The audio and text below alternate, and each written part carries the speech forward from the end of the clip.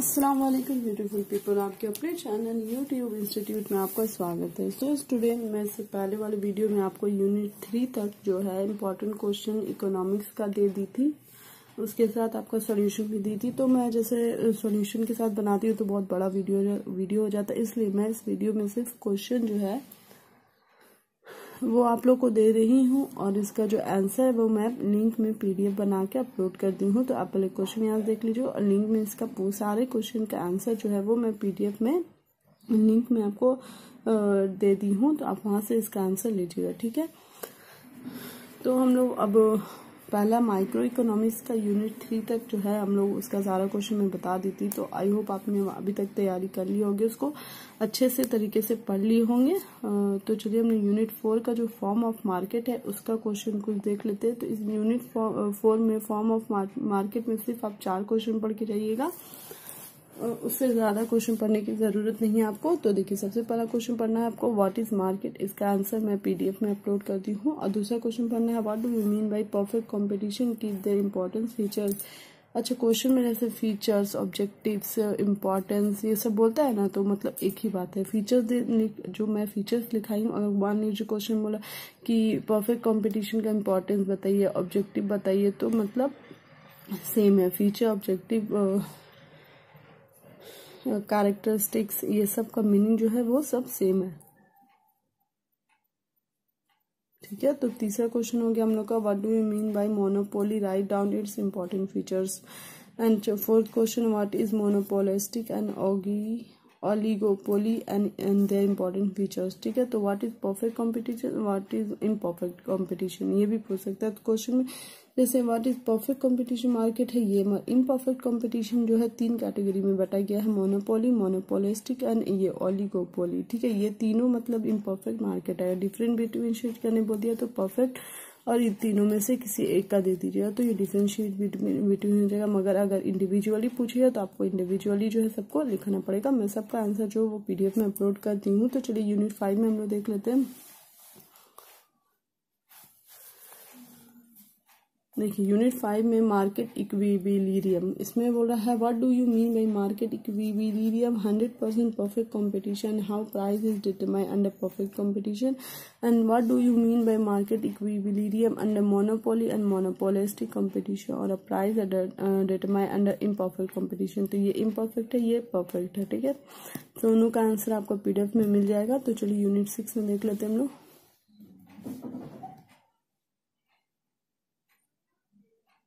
देखिए, यूनिट 6 में बोल रहा है explain leakage and injection of circular flow of income. एक question what are the 3 sector of circular flow of income, ये 2 क्वेश्चन पढ़ना है इस चैप्टर में। इस चैप्टर में सिर्फ 2 क्वेश्चन पढ़ना है, what do you mean by national income and what are the various method of calculating national income.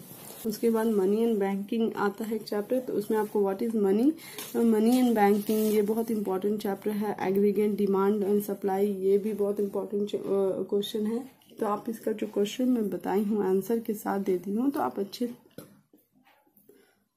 अच्छे से आप पढ़ लीजिएगा। मैं जो क्वेश्चन बता रही हूँ मैं गारंटी दे रही हूँ कि आप इसमें 80 से ज्यादा लाएंगे, 80 से एक भी कम नहीं लाएंगे। 85, 87, 90, 91 इतना ला सकते हैं आप। बहुत सारे यूट्यूबर लोग बोलते हैं कि आप 90 स्कोर करिएगा, वो सब फेक रहता है, क्योंकि अब आप लोग भी जान चुके हैं इतने वीडियो हम लोग यूट्यूब में देखते हैं, ऐसा कुछ नहीं होता है, हम लोग उतना अचीव नहीं कर पाते, इसलिए सच बोलना चाहिए। इसलिए मैं आपको बता रही हूँ, मेरा क्वेश्चन जो है वो आप पढ़ के जाइएगा, आपके लिए बेहतर होगा। तो what is economic, what do you mean by barter system, what are is drawback, what are the feature of good money, what are the important function of money, ये 4 क्वेश्चन पढ़ना है मनी चैप्टर में। Banking में आपको पढ़ना है what do you mean by bank और commercial bank, what are the important function of commercial bank, how commercial bank create credit in the economy. Money जो है इकोनॉमी में उसको क्रिएट कौन करता है, कमर्शियल बैंक, और स्टॉप कौन करता है, क्रेडिट बैंक, ठीक है। तो ये बहुत ही इम्पोर्टेंट है। इसमें से जब मैं एग्जाम दे रही थी तो मुझे भी आया था how to create credit in the economy, ये वाला क्वेश्चन आया था, मतलब ये क्वेश्चन में 3 आया था। तो मैं आपको इसलिए इम्पोर्टेंट क्वेश्चन दी हूँ कि ताकि आपको ज्यादा क्वेश्चन नहीं पढ़ने पड़े। उससे ज्यादा क्वेश्चन पढ़ने से टाइम भी आपको जाता है और आप अच्छे तरीके से प्रिपेयर भी नहीं हो सकते। सब क्वेश्चन आधा आधा करके जाइएगा, तो एक क्वेश्चन करिए, कंप्लीट करिए, ठीक है। मैं आपको बता चुकी हूँ किस तरीके से आपको रिवीजन करना है, कौन से प्रोसेस से करना है। तो चलिए फिर हम लोग क्वेश्चन नंबर 4 में what do you mean by central bank and what are the function of central bank, ये दोनों मिला के एक क्वेश्चन दे सकता है examiner. And what explain the method of credit control by central bank, ये तीनों को भी मिला के एक क्वेश्चन दे सकता है लॉन्ग क्वेश्चन में, या फिर शॉर्ट क्वेश्चन में देगा तो एक एक क्वेश्चन भी दे सकता है इंडिविजुअली। और देखिए explain the method of credit control by central bank को इस तरीके से भी क्वेश्चन घुमा के दे सकता है। What are the instrument of monetary policy, तो दोनों का आंसर सेम होगा, घबराने की बात नहीं है। फिर हम लोग एग्रीगेट डिमांड एंड सप्लाई में what is aggregate demand and supply, दूसरा है what do you mean bye consumption of function, what is the relationship between MPC and MPS can be explain with the help of following equation. Income and employment में define full employment की जगह पे वो voluntary employment भी और involuntary employment भी दे सकता है। तो फुल एम्प्लॉयमेंट और वॉलेंट्री एम्प्लॉयमेंट का मीनिंग सेम होता है, ठीक है। To mean by investment multiplier and explain.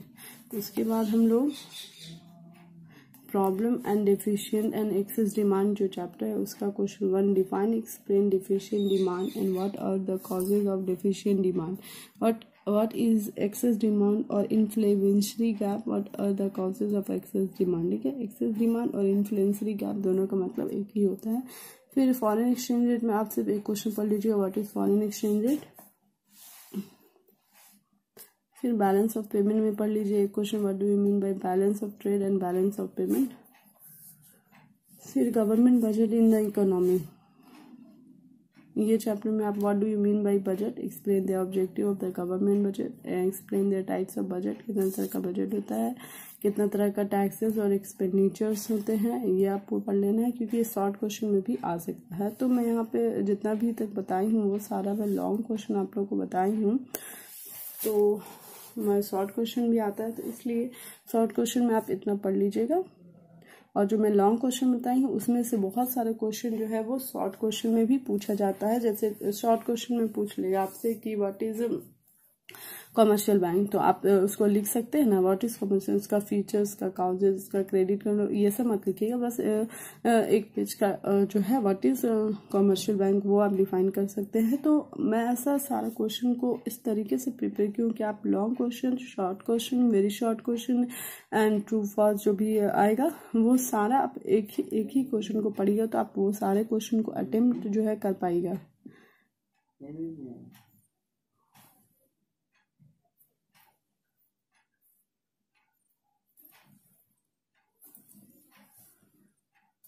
तो देखिए शॉर्ट क्वेश्चन में सबसे पहले आप टाइप्स ऑफ गुड पढ़ लीजिएगा, जिसमें normal goods, inferior goods, substitute goods, complementary goods, final goods, intermediate goods, economic goods, free goods, इतना सारा गुड्स है। इसमें से कोई भी 2 गुड्स का डिफरेंशिएट बिटवीन दे देगा या फिर किसी का डिफाइन करने दे देगा, तो ये सब गुड्स आप जरूर से पढ़ लीजिएगा। What is normal price, market price, difference between desired demand, stock and flow, what is physical policy measure, monetary policy and other measures, ये सब जो है।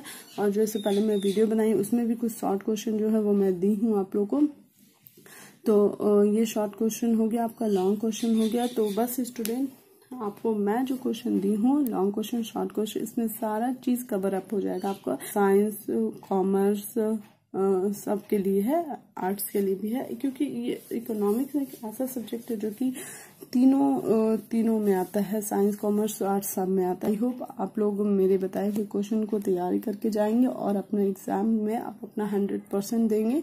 और हाँ स्टूडेंट, कभी भी मैं बताई हूँ गलती नहीं करना, सबसे पहले लॉन्ग क्वेश्चन स्टार्ट करना है, फिर शॉर्ट, फिर वेरी शॉर्ट, फिर 1 मार्क्स वाला, ठीक है।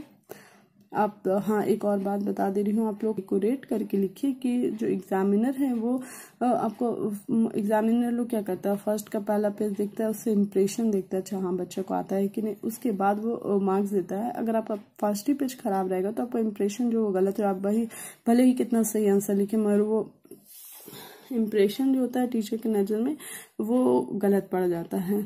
तो इसलिए कभी भी आपको कट नहीं करना है कॉपी में।